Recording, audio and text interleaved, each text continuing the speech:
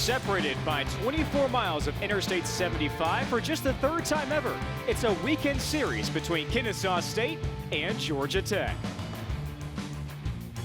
From Russ Chandler Stadium in the recently dedicated McNeese Baseball Park, it's the Owls and the Yellow Jackets kicking off a three-game series tonight. Nolan Alexander with the former Yellow Jacket Roddy Jones here from Midtown Atlanta. Tonight we've got an incredible pitching matchup, a couple of flamethrowers battling it out on the bump. Starting out with Georgia Tech, the southpaw Brent Herder, who looks to make his way back in the win column and pick up on his 53 strikeouts this spring. Opposite Herder today, he'll go against Jake Rice of Kennesaw State, who enters with a 1.54 ERA. That's 8th best in the nation, Roddy. Absolutely minuscule. And what a season Jake Rice has had, that ERA.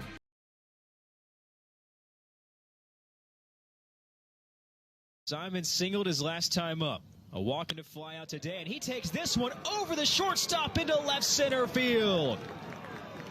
Alex Carballo touches home. Here goes Simon, trying for three, in ahead without a throw, and an RBI triple for Tyler Simon. Leads the A-Sun Conference in his first year with KSU in average hits, doubles, and triples, and rips this one into left field.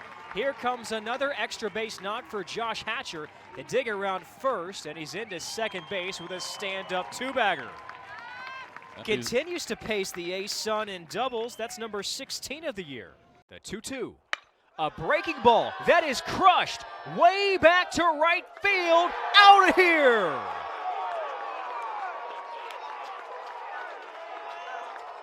Hatcher gives the umpires no doubt about that one. A two-run shot.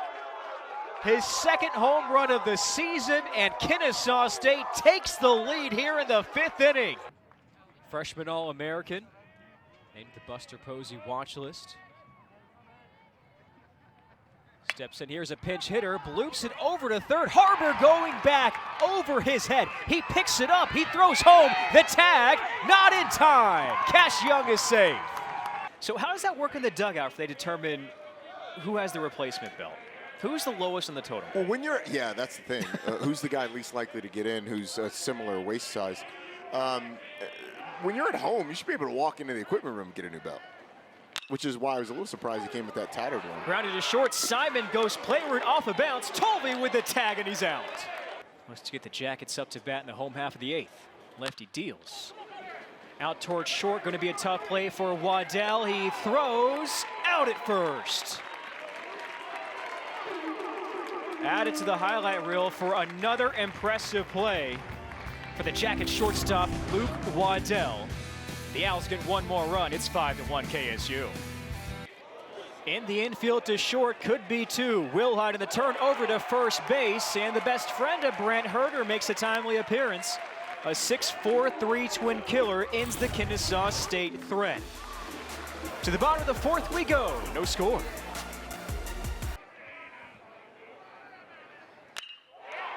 Takes the 1-0 and lines it into left field. Rolls all the way against the wall. Parada around third base. No relay made, and it's an RBI double for Malloy, and it puts Georgia Tech ahead in the 6th inning.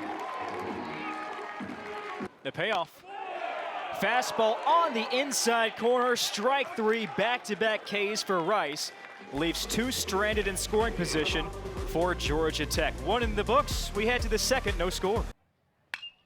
Rips the 2-0. Deep to right field. Goodbye. Corey Collins leaves the ballpark for the 9th time this year. Paces all Bulldog batters, and Georgia extends its lead to 6-4 here in the 2nd. He's put on the freshman 250, raising that average by almost 250 against the Floridians, FGCU, and Stetson.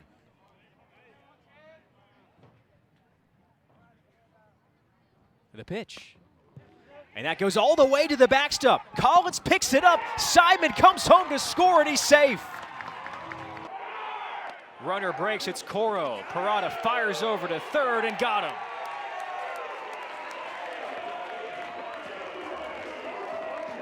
Second time that Kennesaw State has tried to steal third base. Another payoff. Grounds it up the middle, backhanded at second base by Patel, and the throw is in time. Boy, we have seen the leather in the middle infield today. Woods with 99 career strikeouts, just a sophomore. The 1-2. There's number 100. Saws cash off up and in, and he strands Simon at third. But the Owls continue their comeback march with 3 runs across off a couple of hits. 17-15 our score.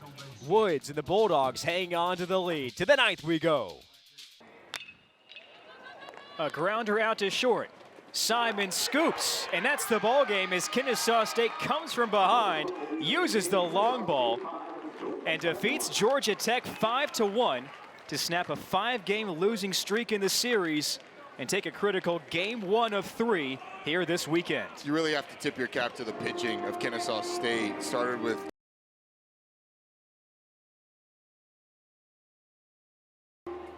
getting that runner to third base being the most important thing. We'll see how they play it. A lot of it depends on how good a bunter the guy is, and there's very little way for us to know that. And for Hassan, he was in a similar situation as last at bat. Runners in the corners, rolled into a 6-4-3 double play as we see action in the Yellow Jackets bullpen. Big Zach Maxwell warming up. Scoring to bunt early, up the third base line, but rolls foul.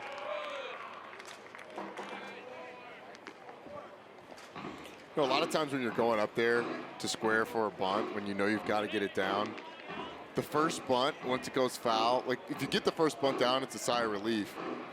And after that, it's, you know, the pressure is really on at this point to get that bunt down because you don't want to get to 2 strikes. Has 1 sacrifice bunt already this season.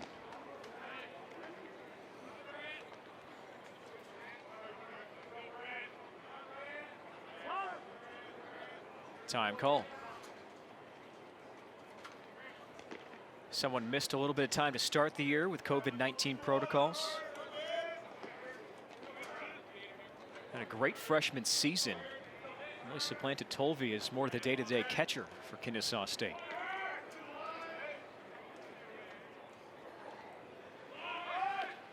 On the 0-1, bunts again foul. Yeah, there's that pressure. It forces you to try and bunt a bad pitch, and now you feel now you can't bunt, so you got to get a hit.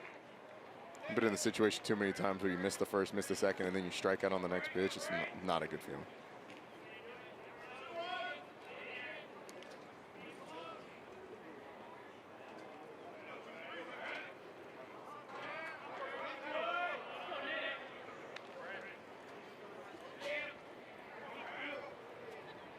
Oh-2. Hassan sends a liftoff way out to left field. Goodbye.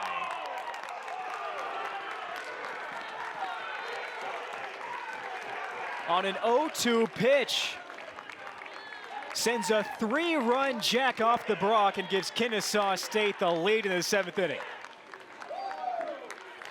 Nick Hassan goes into the dugout and says, "Coach, I didn't get the first 2 bunts down because I knew I was going to hit this one out of the ballpark." This one gets way too much of the plate, and Nick Hassan just gulfs it out of McNeese Baseball Park off the net behind left field. See Alex Caballo fired up. This is this whole Kennesaw State team. Second long ball for Hassan. RBIs 15, 16, and 17 for the Strong Rock Christian graduate. Blake Spratling, the batter here. Spratling takes the 0-1 and drives it out to center field, and back-to-back jacks for the Owls.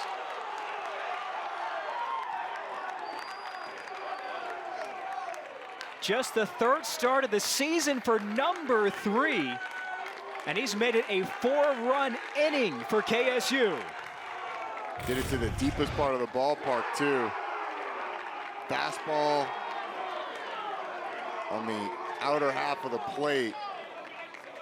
And he knew as soon as it left his bat that that one was leaving the ballpark. Spratling breaking this thing open for Kennesaw State. Coming into this inning, the Owls only had 2 base hits. Now they have 2 home runs, and the day is done for Brant Herter in the 7th inning. New pitcher coming on for Georgia Tech, and the Owls are pumped up.